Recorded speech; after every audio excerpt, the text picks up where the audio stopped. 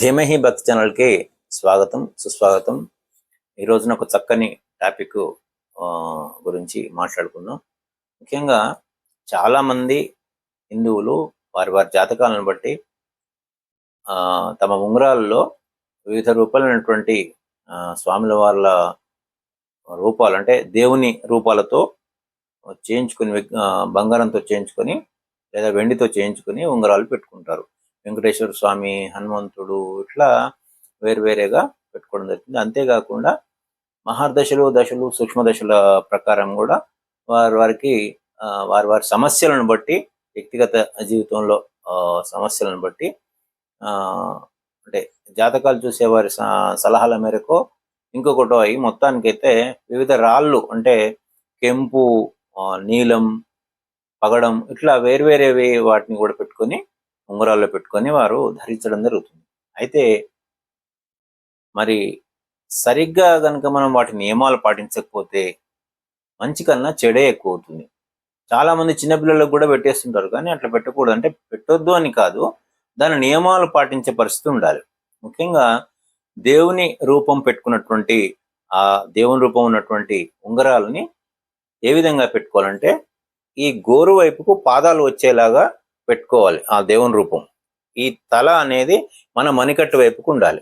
ఎప్పుడైనా నమస్కారం చేసుకోవాలంటే ఈ విధంగా పిడికిలు బిగించి, ఆ పిడికిలు బిగించిన తర్వాత ఇటువైపు మన వైపుకి ఇట్లా పాదాలు వస్తాయి కిందికి, అప్పుడు ఇట్లా నమస్కారం చేసుకోవాలి. అది పద్ధతి. ఇది నమస్కారం చేసుకోవడానికి మనం చేతుకున్నటువంటి దేవుని రూపం నమస్కారం చేసుకోవడానికి. అయితే అంటే ఒక్క ఉంగరం అనే కాదు, మెడలో లాకెట్లు కూడా వేసుకుంటారు దేవునివి. ముఖ్యంగా మీరు నాన్ వెజ్ తినేటప్పుడు దాటిని తీసివేయాల్సి ఉంటుంది. నాన్ వెజ్ తినే వాళ్ళు ఉంటే నేను చెప్పేది, నాన్ వెజ్ తినేటప్పుడు ఖచ్చితంగా దాన్ని తీసివేయాలి. అదేవిధంగా మద్యపానమైనా సరే, ధూమపానమైనా సరే, ఇవి ఖచ్చితంగా ఆ సమయంలో మీరు తీసివేయాల్సిందే. మీరు తీసివేయకపోతే పెట్టుకోని లాభం లేదు. అంటే నేను చెప్పేది ఏంటంటే దేవుని నమ్మే వారి గురించి మాత్రమే మాట్లాడుతున్నా. దేవుని నమ్మేవారే మీరు ఉంగరాలను పెట్టుకుంటారు కదండి. అదేవిధంగా దేవుని మీద నమ్మకం ఉంది కనుక నేను ఆ తర్వాత మాట్లాడుతున్నా. దేవుని మీద నమ్మకం ఉన్నవారి గురించి మాట్లాడుతున్నా. దేవుని మీద నమ్మకం ఉన్నది కనుక మీరు పెట్టుకున్నారు. ఆ పెట్టుకున్న వాళ్ళు ఖచ్చితంగా అంటే మనం ఏం చేస్తున్నామో మనకు తెలుసు కనుక చెడు పనులు చేసినప్పుడు ఖచ్చితంగా పెట్టకండి. చెడు పనులను కూడా నేను అనను, ఎందుకనంటే ఎవరి అలవాట్లు వాళ్ళు. దాన్ని చెడు పనులు అన్నది కూడా మనం అనలేం. ఎందుకనంటే వాళ్ళ వ్యక్తిగత అభిప్రాయం, వాళ్ళ వ్యక్తిగత డెసిషన్. దాన్ని చెడు పనులను లేవు, మంచి పనులను లేవు. ఎందుకంటే అది తినొద్దు అన్నది ఏం తప్పులేదు కదా. అందుకని నేను తప్పు రైట్ల గురించి మాట్లాడుతాను. దేవుణ్ణి ధరించినప్పుడు, దేవుడు మన దగ్గర ఉన్నాడు, దేవుడు మన మీదనే ఉన్నప్పుడు మనం ఇవి చేయకూడదు. లేదా అవి చేసినప్పుడు దీన్ని తీసేసేయండి. మళ్ళీ మీరు తిన్నాక అంటే చికెన్, మటన్ అంటే నాన్ వెజ్లు తిన్నాక ఇవన్నీ కనుక తింటే మళ్ళీ స్నానం చేసినాకనే ఇవి మనం ధరించాల్సి ఉంటుంది. అంతే. అలా కాకుండా మనము అంటే ఎంగిలి కూడా తగలకూడదు.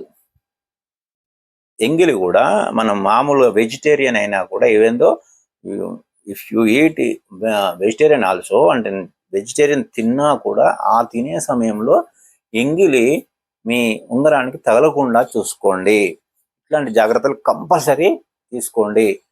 తర్వాత అసలు ధరించే ముందే ముఖ్యంగా అంటే మీ దగ్గరలో ఉన్నటువంటి దేవాలయానికి వెళ్ళి ఈ ఉంగరానికి పూజ చేసిన తర్వాతనే, పాలతో అభిషేకం చేసిన తర్వాతనే అప్పుడు మీరు ధరించండి.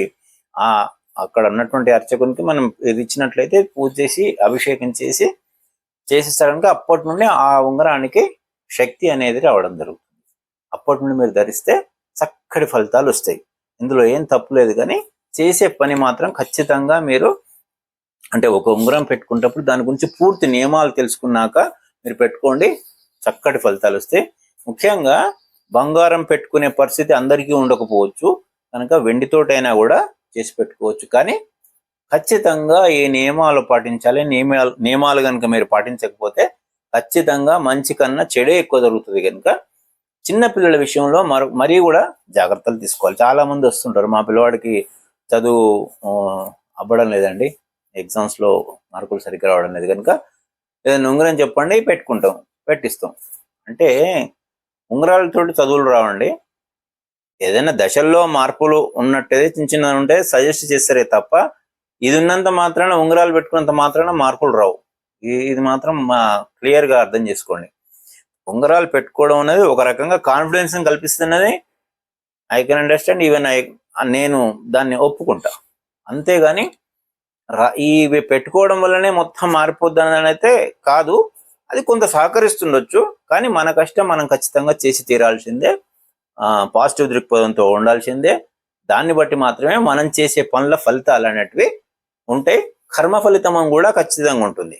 కనుక ఇవన్నీ మనం ఏ పనులు చేసినా కూడా మంచి కావాలన్నా, చెడు రిజల్ట్ కావాలన్నా, మంచి రిజల్ట్ కావాలన్నా అవన్నీ కూడా అవి చాలా వరకు మనం చేసేటువంటి పనుల మీదనే ఆధారపడి ఉంటాయి. కనుక ఒక్క ఉంగరాలు పెట్టుకోగానే మొత్తం ప్రపంచం అంతా మారిపోదు.